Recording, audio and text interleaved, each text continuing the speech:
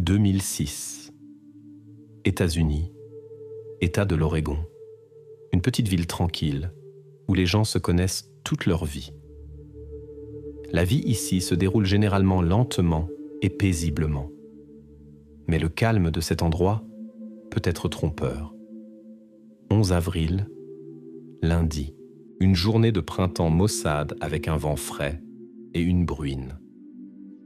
Vers 3 heures de l'après-midi, Emily Parker, 9 ans, est descendue du bus scolaire à son arrêt habituel à 2 pâtés de maison de chez elle. Un itinéraire ordinaire, une journée ordinaire, comme des centaines d'autres auparavant. Mais Emily n'est jamais rentrée chez elle. Lorsque la famille Parker a appelé la police le soir, leur inquiétude a d'abord été accueillie avec réserve. Un petit retard, des espiègleries enfantines, rien d'inhabituel. Mais après quelques heures, après les premières interrogations des voisins et des camarades de classe, il est devenu évident, la situation était bien plus grave. Vers 9 heures du soir, les premières recherches ont commencé dans la petite ville. Les voitures de police éclairaient les rues avec leurs phares. Les ordres courts et tranchants des forces de l'ordre alternaient avec le silence angoissé des résidents. Il semblait que chaque habitant prenait personnellement ce qui s'était passé. La police a rapidement organisé des groupes de volontaires et divisé la ville en carrés pour les recherches. Mais Emily n'a pu être trouvée ni dans les rues, ni dans les cours, ni dans les parcs à proximité. À minuit, les volontaires trempés et épuisés sont revenus les mains vides. Dans la nuit, la police a recueilli les déclarations de la famille Parker. Les parents n'avaient rien remarqué d'inhabituel dans le comportement d'Emily. Il n'y avait pas non plus de conflit ou de problème avec ses pères. Une journée ordinaire, une famille ordinaire, des circonstances ordinaires, rien qui puisse éclairer ce qui s'était passé. Le seul indice que les enquêteurs ont immédiatement obtenu était une barrette pour enfants avec des fleurs roses, trouvée au bord de la route, à quelques dizaines de mètres de l'arrêt de bus. La mère a confirmé que la barrette appartenait bien à Emily, mais c'était un indice faible, qui ne révélait presque rien sur ce qui aurait pu se passer ensuite. Au matin, la nouvelle de la disparition d'Emily Parker s'était répandue dans toute la ville. Les habitants se rassemblaient en groupe, faisaient des suppositions et essayaient de cacher leur propre peur. Dans cette ville tranquille, une telle chose semblait impossible. Et c'est précisément pourquoi c'était particulièrement effrayant. Les interrogatoires des voisins et des témoins ont fourni les premiers détails épars. Une voisine âgée, Madame Eleanor Lewis, se souvenait d'une camionnette blanche qui se déplaçait lentement le long de la rue le jour de la disparition d'Emily. Selon la femme, le conducteur s'arrêtait plusieurs fois et observait attentivement les écoliers qui revenaient de l'école. Personne n'avait mémorisé la plaque d'immatriculation, la marque ou les caractéristiques particulières du véhicule, à part sa couleur et sa conduite lente. Cette maigre information a suffi pour que la police vérifie soigneusement chaque camionnette blanche dans la région dans les jours qui ont suivi, interrogeant les propriétaires et les conducteurs, mais cela n'a pas apporté de nouvelles pistes. Le conducteur de la mystérieuse camionnette est resté inconnu. Vers la fin de la semaine, les enquêteurs avaient un premier suspect. Ryan Stevenson, un adolescent de 17 ans qui vivait dans la maison voisine de la famille Parker. Ryan ne jouissait pas d'une bonne réputation auprès des résidents. Il avait été remarqué à plusieurs reprises pour des infractions mineures, était renfermé, irritable, s'entendait mal avec ses pairs et les adultes. Il n'avait pas d'alibi convaincant pour le moment de la disparition d'Emily. Lorsque les policiers lui ont rendu visite pour la première fois chez lui, Ryan était visiblement nerveux, s'embrouillait dans ses propres mots et semblait très effrayé. Cela a immédiatement attiré l'attention des enquêteurs. Et bien que l'adolescent ait continué à affirmer qu'il n'avait rien à voir avec l'affaire, les enquêteurs ont minutieusement examiné son environnement, ses amis, son domicile et ses effets personnels. Mais là aussi, à la déception des détectives, rien de concret n'a pu être trouvé. Entre-temps, l'un des enseignants de l'école locale, James Harris, s'est avéré être un participant particulièrement actif aux recherches. Il s'est porté volontaire parmi les premiers, a aidé à organiser des groupes et a pris la parole lors des réunions municipales. Certains résidents ont remarqué que le comportement de Harris était excessivement émotionnel, un peu exagéré et même intrusif, comme s'il était plus intéressé que d'autres par les recherches. À ce moment-là, personne n'a même pensé que quelque chose d'autre pourrait se cacher derrière cet enthousiasme. Quelques jours après la disparition d'Emily Parker, les enquêtes, comme aucune nouvelle preuve ou aucun témoin n'avait été trouvé, ont atteint une première impasse. La tension dans la ville augmentait. Les parents d'Emily ne trouvaient pas de repos dans leur désespoir. Puis, une semaine après le début des recherches, un appel anonyme est arrivé sur la ligne directe de la police. Une voix masculine inconnue affirmait avoir vu Emily marcher le long d'un sentier forestier vers une cabane de chasse abandonnée à environ 40 km de la ville. Une équipe d'intervention s'est immédiatement rendue dans la zone indiquée. Arrivés tard dans la soirée sur les lieux, ils ont découvert des traces d'enfants à peine visibles, clairement identifiables sur le sol humide. Les traces s'arrêtaient brusquement près d'un petit ruisseau qui coulait à proximité. À l'intérieur de la maison abandonnée, aucun signe de présence humaine n'a été trouvé. Les traces trouvées ont redonné espoir à une issue positive des recherches. Le matin, une opération à grande échelle a été organisée pour ratisser la zone autour de la maison forestière. La police a fait appel à des maîtres chiens et à des équipes de recherche de volontaires. Mais personne ne pouvait imaginer que ces traces ne mèneraient qu'à une autre impasse et à plus de questions que de réponses. Le soir du lendemain, après des tentatives infructueuses pour trouver la suite des traces ou des indices supplémentaires, le chef de la police a fait une déclaration brève et sèche à la presse. La recherche continue. Pour l'instant, nous n'avons pas de réponse précise, mais nous ferons tout notre possible. À l'époque, aucun des présents ne pouvait même imaginer que la solution à cette histoire n'apparaîtrait qu'après de longues 17 années et serait bien plus cruelle qu'on ne pouvait l'imaginer en cette soirée d'avril 2006. Dans les semaines qui ont suivi, l'activité de recherche a progressivement diminué. Non pas parce qu'on avait perdu espoir, mais simplement parce qu'il n'y avait plus d'endroits à vérifier à nouveau. Les personnes qui jusqu'à récemment sortaient quotidiennement en groupe de volontaires revenaient progressivement à leurs activités normales. La presse locale écrivait de moins en moins souvent sur l'affaire Emily et se tournait vers les événements et incidents quotidiens de la ville, plongeant définitivement l'histoire dans un sentiment d'incertitude troublante.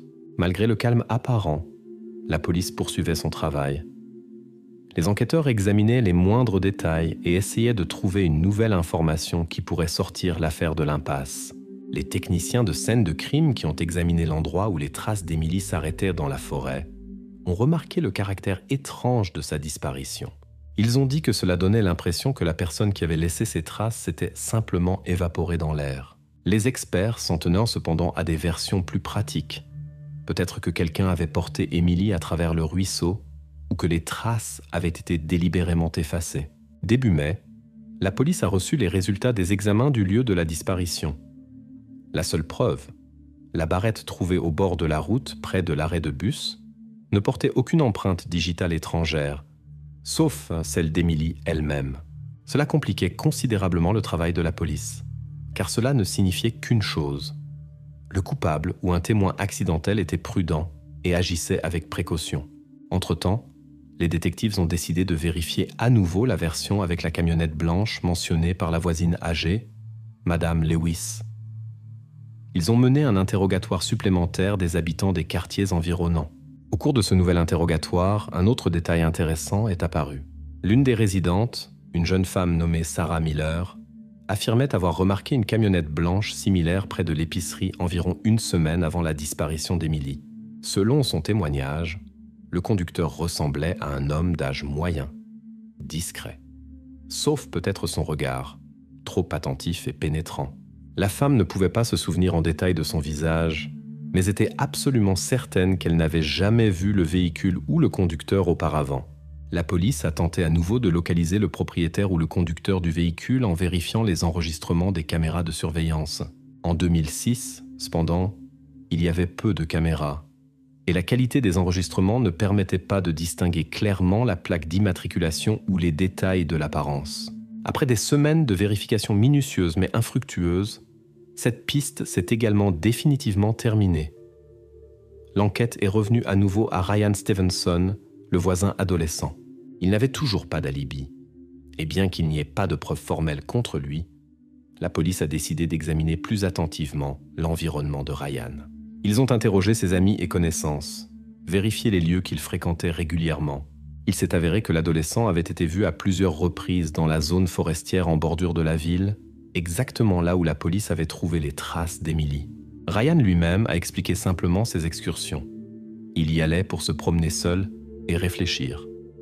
Mais on ne croyait plus aussi facilement à ses paroles. Néanmoins, il s'est bientôt avéré que l'adolescent avait effectivement fréquenté cet endroit bien avant la disparition d'Emily. Des résidents et des chasseurs ont confirmé l'avoir vu à plusieurs reprises, seul dans la forêt. Et bien que cela confirme les paroles de Ryan, les enquêteurs n'ont pas exclu qu'il aurait pu utiliser ce lieu qu'il connaissait bien à d'autres fins.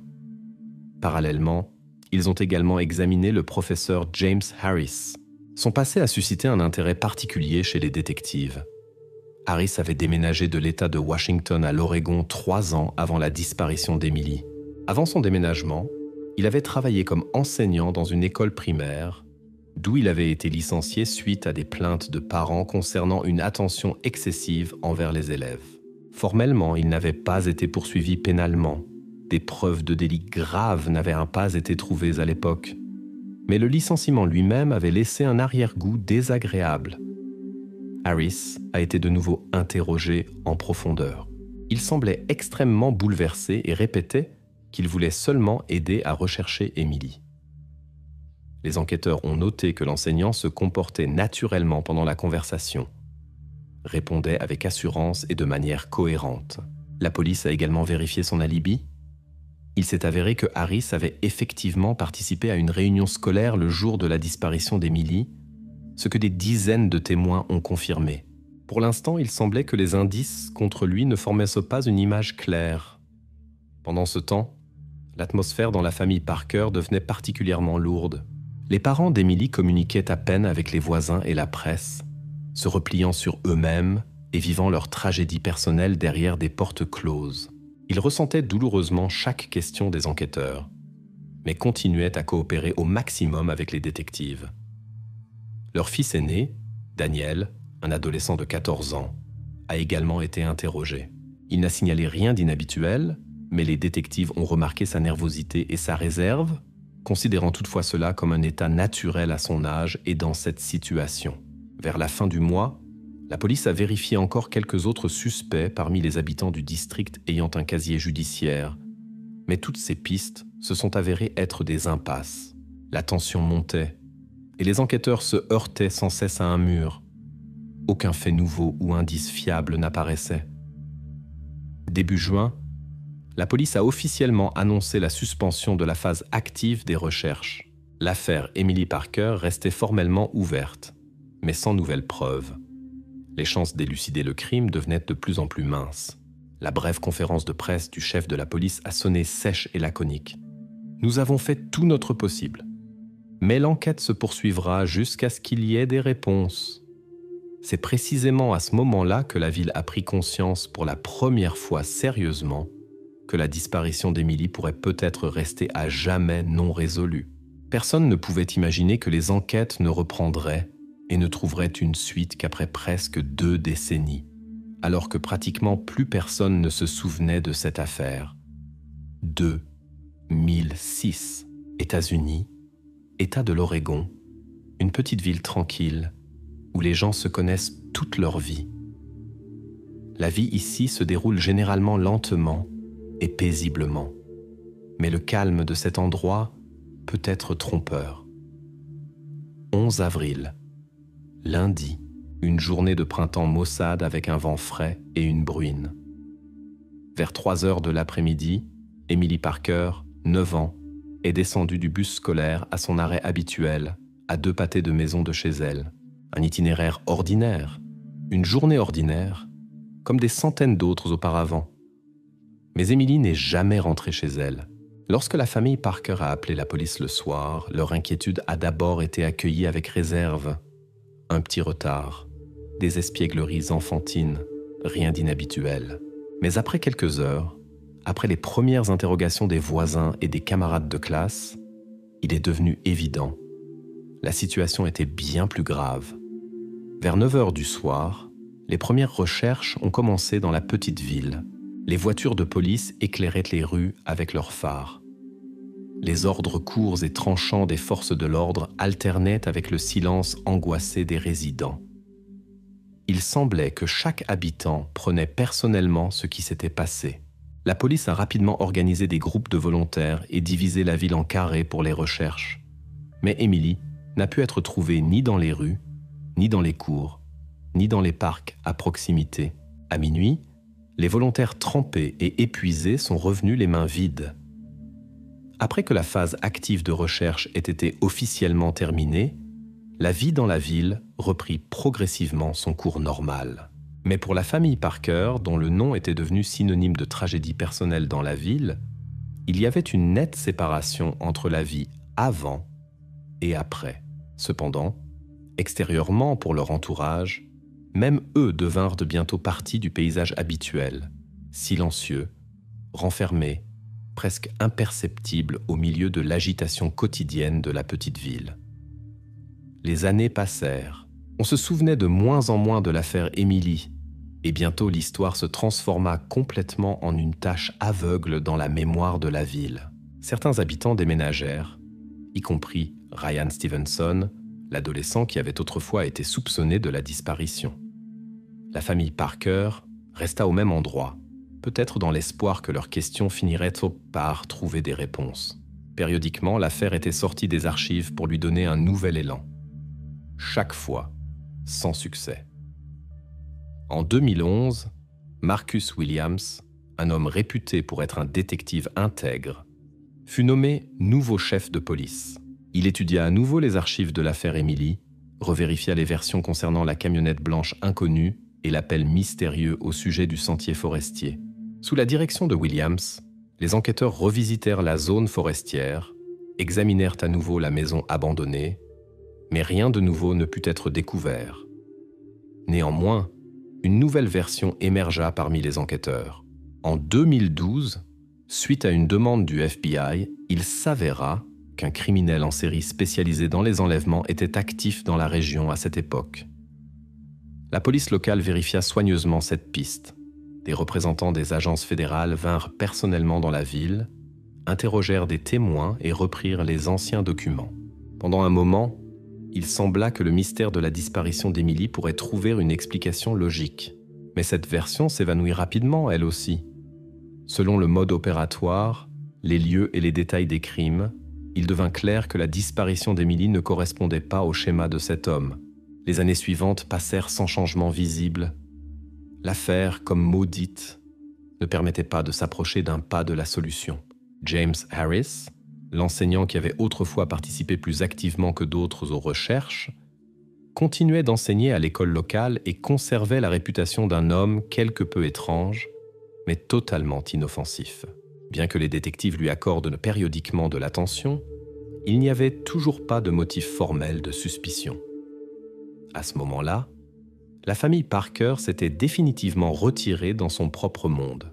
Les parents d'Emily avaient à peine des contacts avec les voisins et limitaient leur communication à des salutations polies ou de brèves conversations sur des sujets sans importance.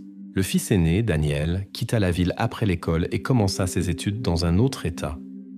Il ne revenait pratiquement plus à la maison et essayait de laisser le passé loin derrière lui.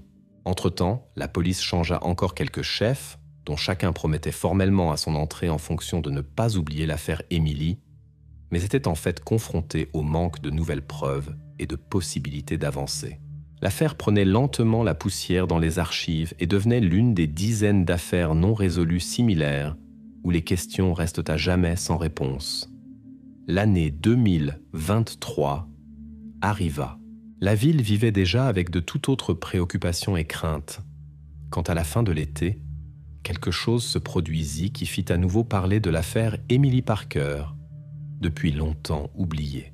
En août, un groupe de touristes venus en ville pour des randonnées découvrit dans la forêt, à environ 40 km de la ville, une vieille cabane de chasse abandonnée depuis longtemps, jusque-là inconnue des habitants. La maison était presque entièrement envahie par les broussailles, l'entrée était bloquée par des branches et des arbustes. Les touristes s'intéressèrent à ce bâtiment inhabituel, décidèrent d'explorer la zone et remarquèrent, en s'enfonçant un peu plus profondément dans la forêt derrière la maison, une zone du sol qui se distinguait par une étrange souplesse et friabilité. Leur découverte fut immédiatement signalée à la police. Les agents des forces de l'ordre arrivés sur les lieux reconnurent rapidement que la zone de sol découverte n'était pas simplement une anomalie aléatoire du sol. Bientôt, la zone fut bouclée. Des techniciens criminels arrivèrent. Après les premières heures de travail, des restes humains furent découverts sur le site, enterrés de façon peu profonde, à la hâte et manifestement il y a longtemps. L'information se répandit rapidement dans la ville et réveilla à nouveau les souvenirs des habitants. La famille Parker fut urgemment appelée à la police et priée de fournir des échantillons d'ADN pour analyse. Quelques jours plus tard, les analyses de laboratoire confirmèrent ce que beaucoup avaient déjà soupçonné. Les restes trouvés appartenaient à Emily Parker, qui avait disparu exactement 17 ans auparavant. Désormais, l'affaire prenait un caractère complètement différent, beaucoup plus dur et plus clair. La disparition devenait un crime officiellement reconnu, dont l'enquête était reprise, et cette fois, la police ne pouvait pas se permettre de faire d'erreur. En même temps, la tension commença à monter dans la ville. Les gens craignaient d'admettre que le criminel qui avait fait quelque chose d'aussi terrible aurait pu vivre tranquillement parmi eux tout ce temps. La ville se remplit à nouveau de conversations, de suspicions et de peurs secrètes qui grandissaient chaque jour et transformaient l'environnement familier en une réalité complètement différente et effrayante. Les policiers comprenaient très bien que la nouvelle phase de l'enquête serait difficile et douloureuse pour tous ceux qui avaient été impliqués dans cette affaire auparavant. La question principale qui tourmentait maintenant les enquêteurs n'était qu'une. Comment avait-il pu se produire que la personne qui avait commis ce crime était restée inaperçue pendant tant d'années? Et surtout, qui était-elle? Cette énigme semblait être devenue encore plus complexe, et sa résolution nécessitait désormais une prudence et une détermination sans précédent.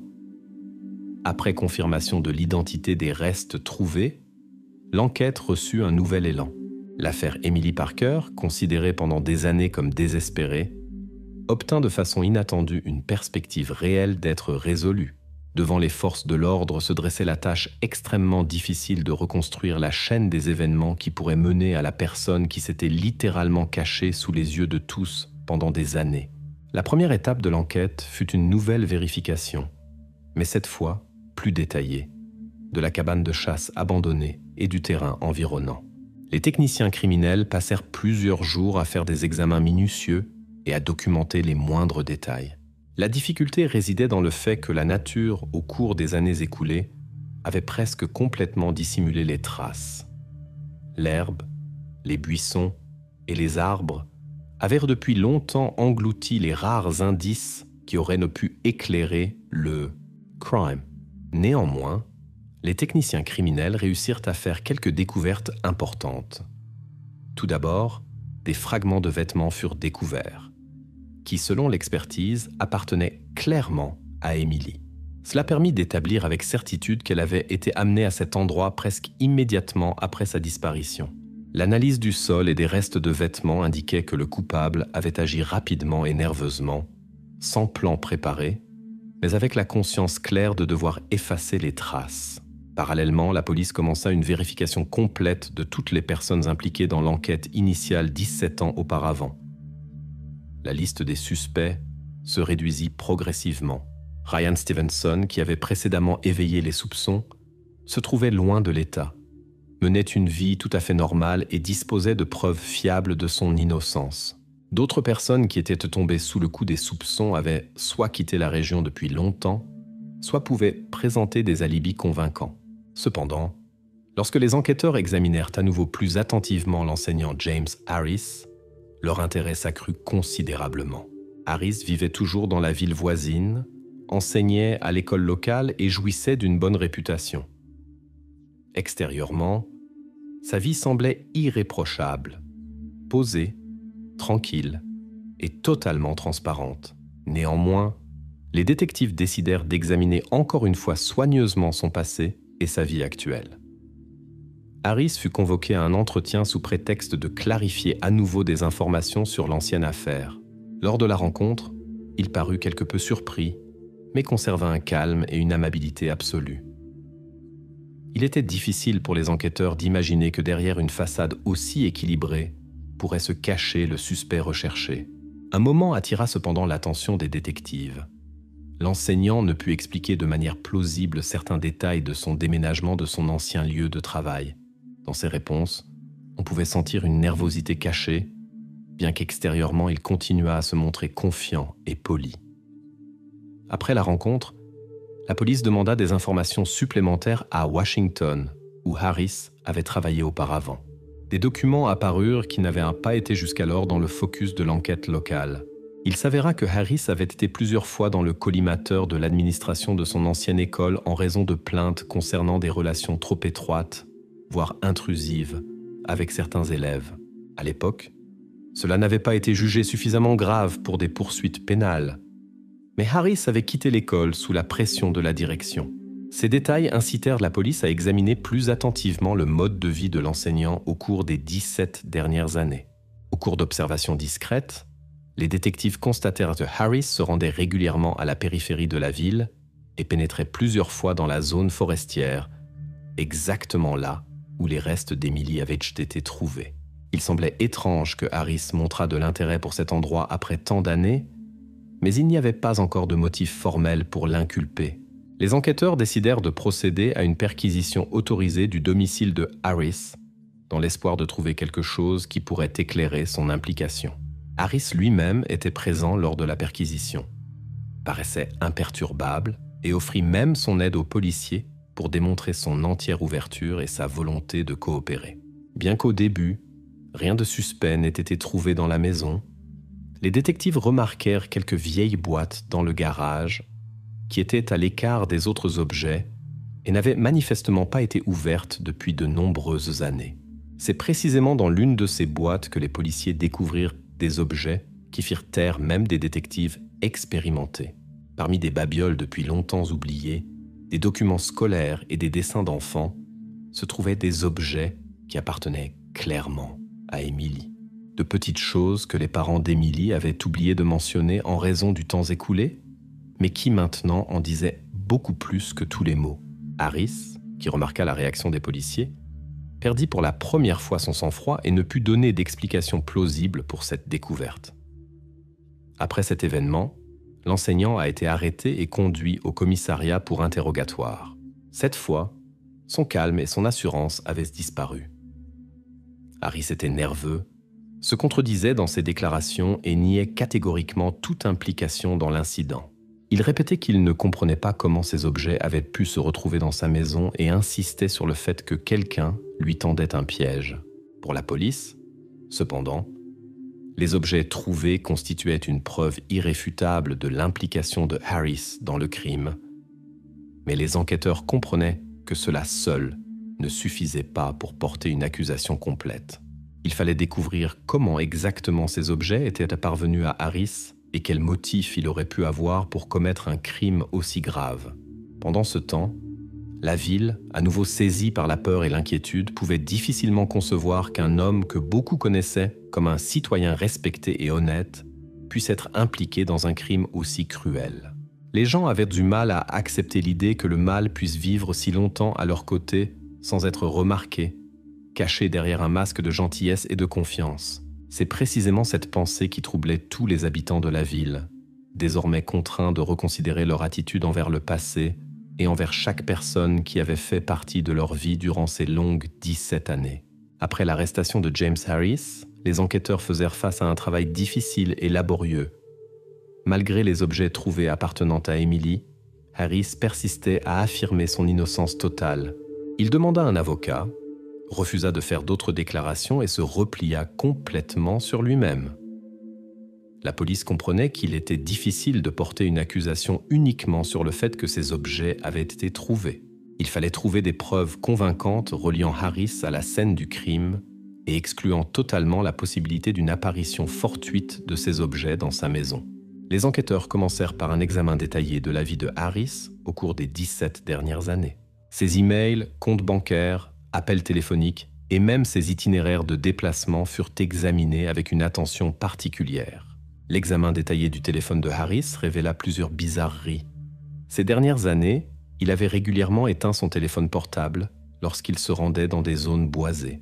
Les enregistrements des caméras de surveillance des stations-service et des magasins confirmèrent que sa voiture apparaissait régulièrement à proximité de la zone forestière, même où Emily avait été retrouvée.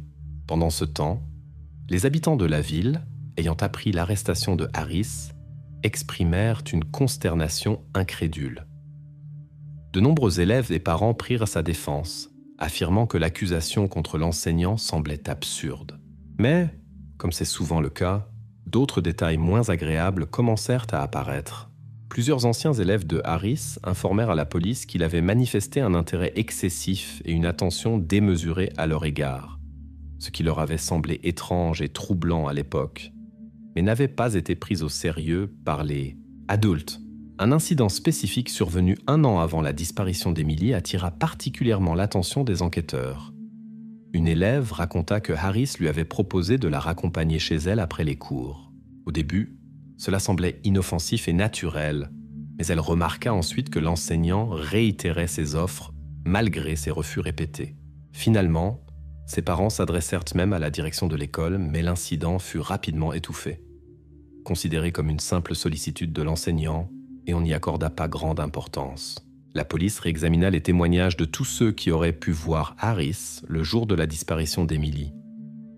Bien que l'alibi de Harris ait été précédemment confirmé par des témoins de la réunion scolaire, de nouvelles circonstances apparurent. L'une des témoins, qui avait confirmé il y a de nombreuses années que Harris avait été à l'école toute la journée, changea de façon inattendue sa déclaration. La femme admit maintenant qu'elle ne se souvenait pas exactement si quelqu'un avait vu Harris directement pendant la réunion ou s'il avait rejoint le groupe plus tard. Elle reconnut qu'elle avait pu se tromper à l'époque, ou simplement se rallier à l'opinion générale selon laquelle l'enseignant était présent. Cette information inattendue incita les enquêteurs à interroger à nouveau d'autres témoins de ce jour. Le résultat fut troublant. Aucun des interrogés ne pouvait désormais confirmer avec certitude avoir vu Harris toute la journée lors de la réunion. La possibilité réelle émergea que l'enseignant ait pu quitter l'école sans être remarqué, profitant de l'attention générale portée à l'événement, et revenir de manière à ce que son absence ne soit remarquée par personne. Dans ce contexte, les déclarations d'un autre témoin, un habitant âgé de la ville nommé Joseph Walsh, devinrent particulièrement importantes. L'homme, qui vivait non loin du lieu de la disparition d'Emily, raconta à la police qu'il avait vu ce jour-là une voiture ressemblant à celle de Harris, garée dans une rue tranquille non loin de l'arrêt de bus. Walsh n'avait aperçu la voiture que du coin de l'œil, raison pour laquelle il n'y avait pas accordé d'importance à l'époque. Mais en se remémorant maintenant ces événements, il était absolument certain qu'il s'agissait de la voiture de l'enseignant. La police fit de nouveaux appels aux techniciens criminels et aux experts en technologie numérique. La voiture de Harris fut minutieusement examinée, et bien que des années se soient écoulées, les enquêteurs espéraient trouver des traces indiquant une implication. Et bien qu'aucune preuve définitive n'ait été trouvée, les techniciens criminels confirmèrent que le coffre de la voiture avait subi un nettoyage chimique. Ce fait inquiéta encore davantage les enquêteurs. Harris lui-même expliqua avoir simplement renversé des produits chimiques qu'il avait achetés pour des travaux à la maison et avoir nettoyé soigneusement le coffre pour éviter d'endommager la voiture. Mais cette explication semblait déjà peu convaincante. Bientôt, la police trouva une autre raison de douter de l'honnêteté de Harris. Il s'avéra qu'il avait activement suivi le développement de l'enquête pendant de nombreuses années, collectionnant soigneusement des coupures de journaux, des enregistrements de reportages télévisés et des documents Internet sur l'affaire Emily. Il affirma que c'était une sorte d'expression de son implication personnelle et de sa compassion pour la famille, mais les enquêteurs considérèrent ce détail comme une preuve que Harris tentait de contrôler les informations sur l'affaire et de se tenir au courant de tous les détails de l'enquête. L'enquête conclut que James Harris avait non seulement la possibilité, mais aussi un motif dont il refusait catégoriquement de parler. Mais une simple hypothèse ne suffisait pas pour porter une accusation formelle. Il fallait des preuves plus convaincantes qui relieraient directement Harris au crime. Mais même à ce stade, toute la ville réalisa que l'homme qu'il connaissait si bien et en qui ils avaient fait confiance pendant des années n'était peut-être pas celui qu'il semblait être. L'atmosphère dans la ville devint extrêmement tendue et les habitants commencèrent à se poser des questions troublantes. Harris était-il vraiment celui qui avait commis ce crime cruel ? Ou bien la police se trompait-elle à nouveau en essayant de trouver un coupable dans une affaire aussi longue et complexe ? De la réponse à cette question dépendait désormais non seulement la punition du coupable, mais aussi la capacité des habitants de la ville à retrouver confiance en ceux qui vivaient à leur côté. L'enquête approchait de son point culminant, et chacun comprenait que le mystère qui avait tourmenté la ville pendant près de 2 décennies pourrait enfin être élucidé dans un avenir proche. L'enquête, ravivée par de nouvelles preuves, obligea les enquêteurs à plonger profondément dans la vie de James Harris bien avant les événements de l'Oregon. Ils examinèrent attentivement toute sa biographie, espérant trouver quelque chose qui pourrait expliquer les raisons et les circonstances de ce crime. Une attention particulière fut accordée à la phase de la vie de Harris dont on savait très peu, la période entre son licenciement dans l'État de Washington et son apparition en Oregon. Dans les documents officiels, cette période était décrite très superficiellement et ne révélait presque aucun détail sur ce à quoi Harris s'occupait exactement pendant ce temps. Les enquêteurs découvrirent qu'après son licenciement, Harris avait passé environ 6 mois dans une petite ville de l'Idaho. Il ne travaillait pas à l'école locale, mais vivait de manière très isolée et solitaire. Ses voisins se souvenaient de l'homme comme d'une personne silencieuse, presque inaperçue, qui parlait rarement à quiconque et ne quittait pratiquement jamais la maison. À l'époque, ce comportement n'avait pas éveillé de soupçons et n'avait donc pas attiré l'attention des forces de l'ordre.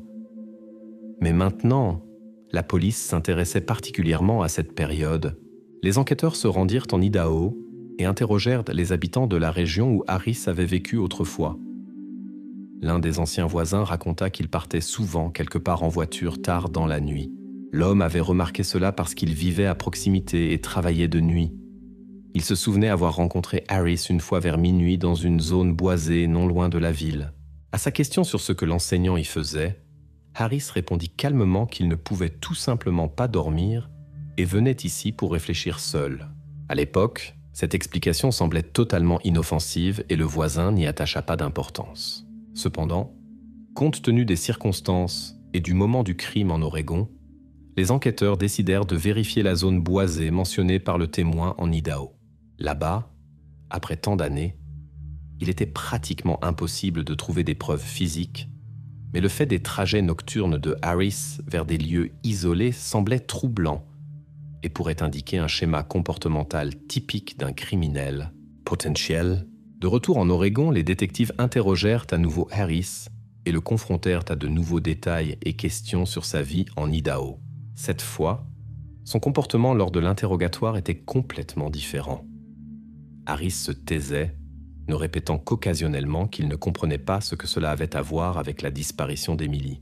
Son avocat empêchait activement la prise de nouvelles déclarations et insistait sur le fait que toutes les informations concernant l'Idaho n'étaient pas directement liées à cette affaire. Parallèlement, les policiers décidèrent de vérifier les transactions bancaires et les cartes de crédit de Harris pour toute la période concernée.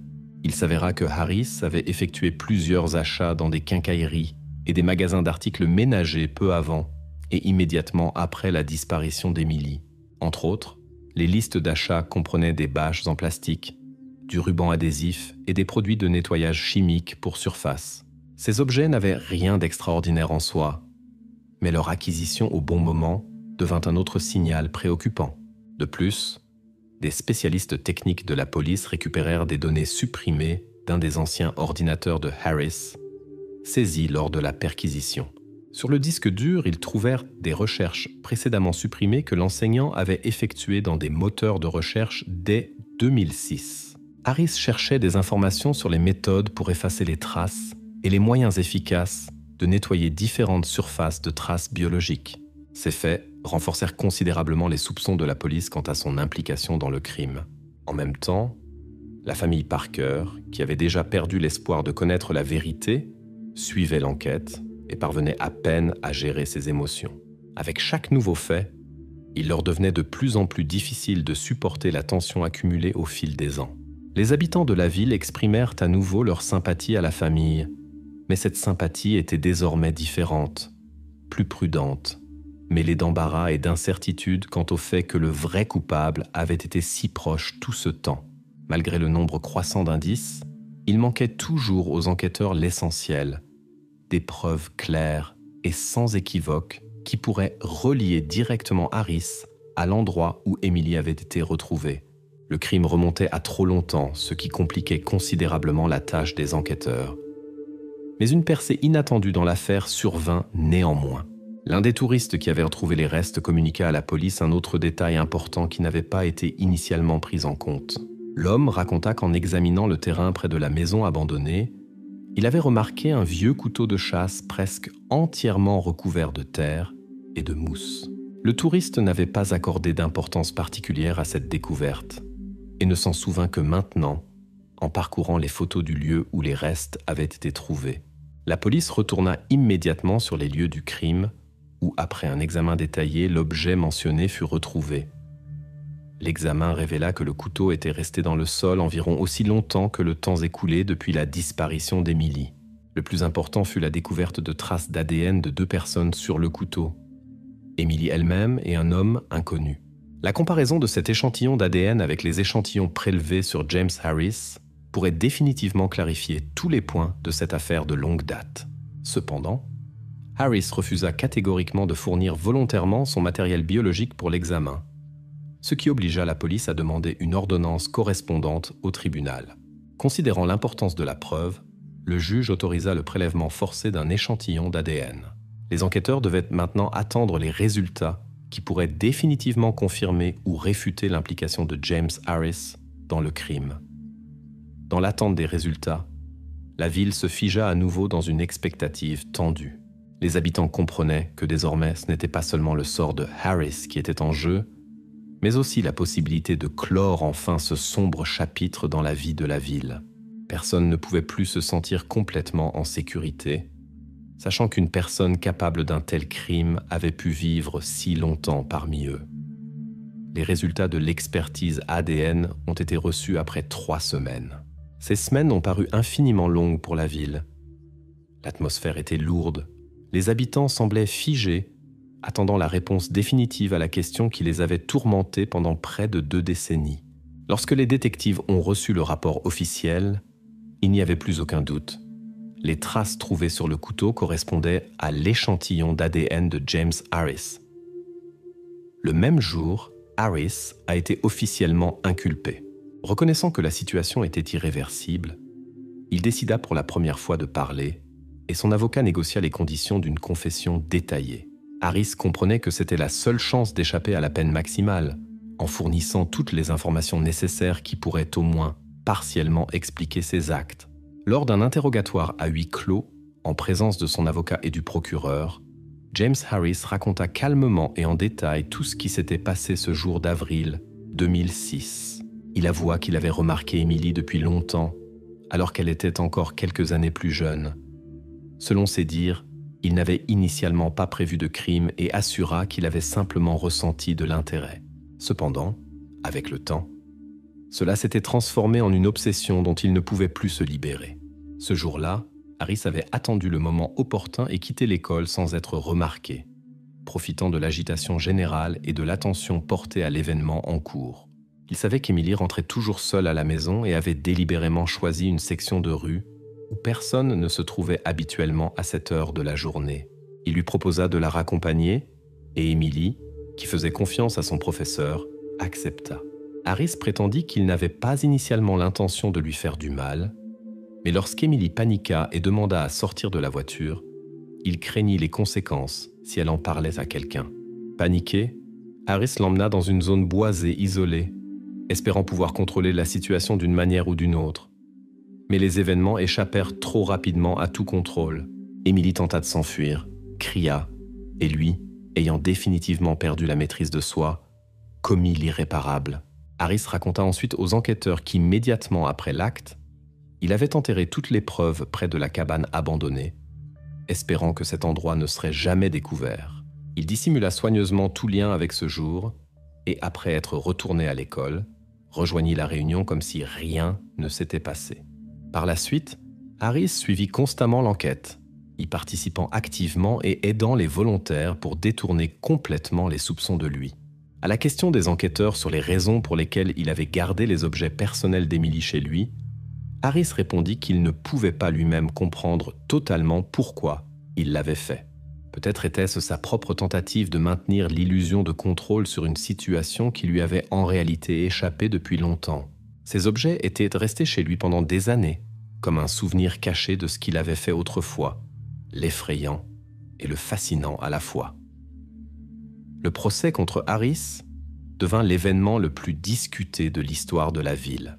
Les habitants, bouleversés par la confession de l'homme qu'ils connaissaient depuis si longtemps, ne pouvaient croire que cela s'était réellement produit. La famille Parker ressentit pour la première fois depuis de nombreuses années un soulagement que la vérité soit enfin révélée, bien que la réalisation que l'homme qui leur avait pris ce qu'ils avèrent de plus cher avait vécu si près d'eux pendant tant d'années les blessa profondément à nouveau. Lors des audiences, Harris ne montra aucune émotion, paraissant calme et détaché, répétant son histoire sans détails superflus. Il savait que le verdict était déjà décidé.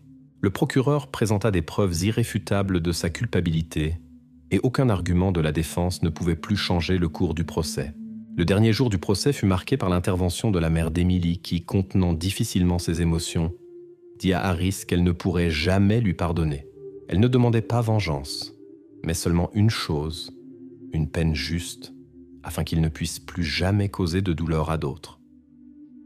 Après son discours, un silence complet régna dans la salle d'audience, personne n'osant même bouger. Le verdict fut sans équivoque. James Harris fut condamné à la prison à perpétuité sans possibilité de libération anticipée. Il entendit la sentence avec la même indifférence que tout le reste et quitta la salle d'audience dans le silence total des personnes présentes. Après la conclusion de la procédure judiciaire, la ville ne put se remettre du choc pendant longtemps. Les gens se posaient tant des questions auxquelles il n'y avait pas de réponse simple. Comment le criminel avait-il pu rester inaperçu pendant tant d'années? Aurait-il pu le remarquer plus tôt et empêcher ce qui s'était passé? Peu à peu, la ville retrouva son rythme de vie habituel, mais le souvenir de ce qui s'était passé demeura à jamais. La famille Parker décida de déménager dans un autre État, espérant commencer une nouvelle vie où il y aurait moins de douleurs et de souvenirs du passé. Les habitants de la ville, bien que continuant à vivre, ne purent jamais se libérer complètement du sentiment de peur et de méfiance que ce terrible crime leur avait laissé. L'affaire Emily Parker était enfin close. Cependant, elle laissa une trace profonde dans la mémoire de tous ceux qui y étaient liés d'une manière ou d'une autre. Et même maintenant, des années plus tard, on s'en souvient encore comme un rappel que le véritable mal peut se cacher pendant des années derrière le visage le plus ordinaire et le plus familier.